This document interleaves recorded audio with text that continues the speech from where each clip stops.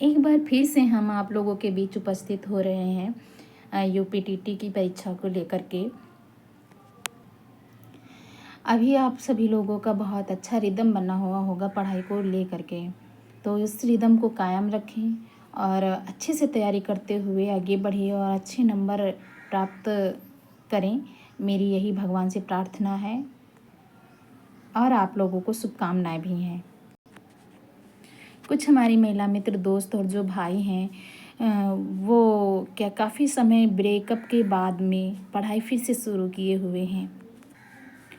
तो उस टाइम पे क्या है ना कि कम समझ पाते हैं, हमारा पढ़ाई में मन नहीं लगता है, बोरियत महसूस होती है कि कैसे अब नई शुरुआत करें, क्योंकि जब ज़्यादा गैप हो जाता है तो हमारा माइंड पहले की तरह शार्पनेस कम रह जाती है और उतना पढ़ाई में मन नहीं लगता है।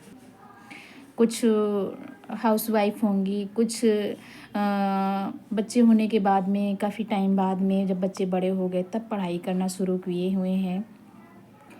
तो वो मतलब अपनी फैमिली के जिम्मेदारियों को लेकर के या भाई जो हैं अपना फाइनेंशियल प्रॉब्लम के अकॉर्डिंग देखते हुए बीच में पढ़ाई छोड़ दें, लेकिन फिर से उन्होंने एक अच्छा कदम आगे की ओर बढ़ाया है।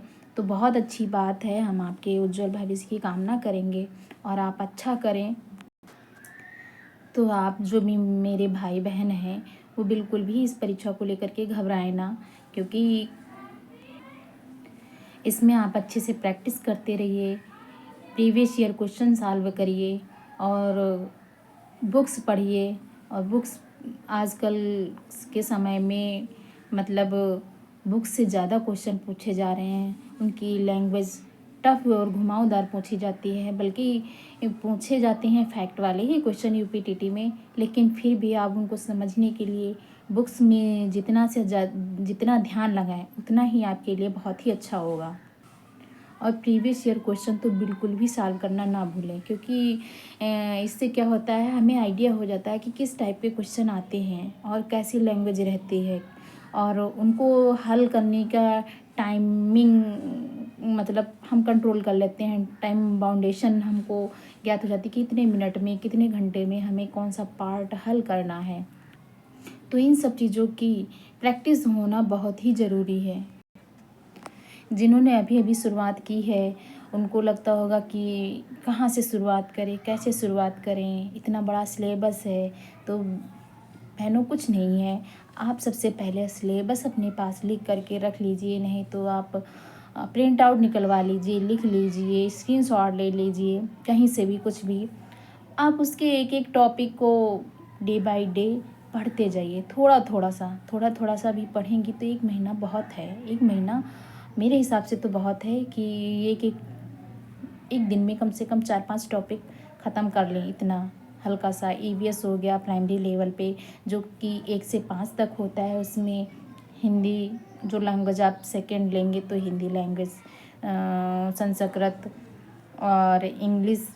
आप संस्कृत या इंग्लिश में से कोई एक चूज़ कर सकते हैं, हिंदी तो कंपलसरी है।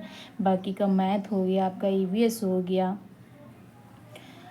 तो इसमें से एक एक टॉपिक ईवीएस का भी सिलेबस बहुत ही अच्छा है, कोई ज़्यादा टफ नहीं है। और इंग्लिश का तो मुझे लगता है बहुत ही अच्छा है, उसमें सेंटेंस हैं और टेंस हैं और क्या कहते ये आर्टिकल्स वगैरह हैं। और हिंदी भी कोई ज़्यादा नहीं टफ है, आप पढ़ेंगे थोड़ा बहुत तो आपको समझ में आ जाएगा, आप अच्छे से कर सकती हैं।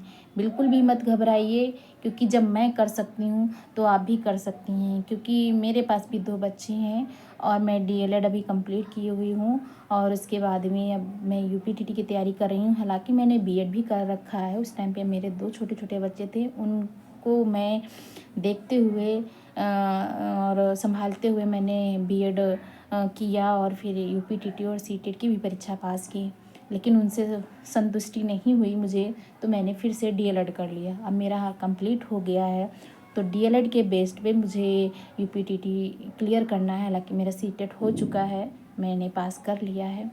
तो मैं सोचती हूँ कि अगर मैं कर सकती हूँ तो आप भी एक यूनिक पर्सनालिटी हैं और अच्छा कर सकते हैं सारी चीज़ों को मैनेज करते हुए, क्योंकि मैं भी अपने बच्चों और घर को संभालते हुए करती हूँ।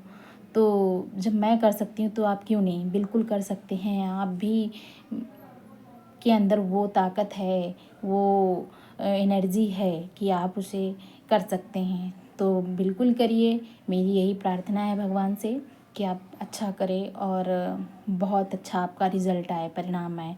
तो धन्यवाद दोस्तों।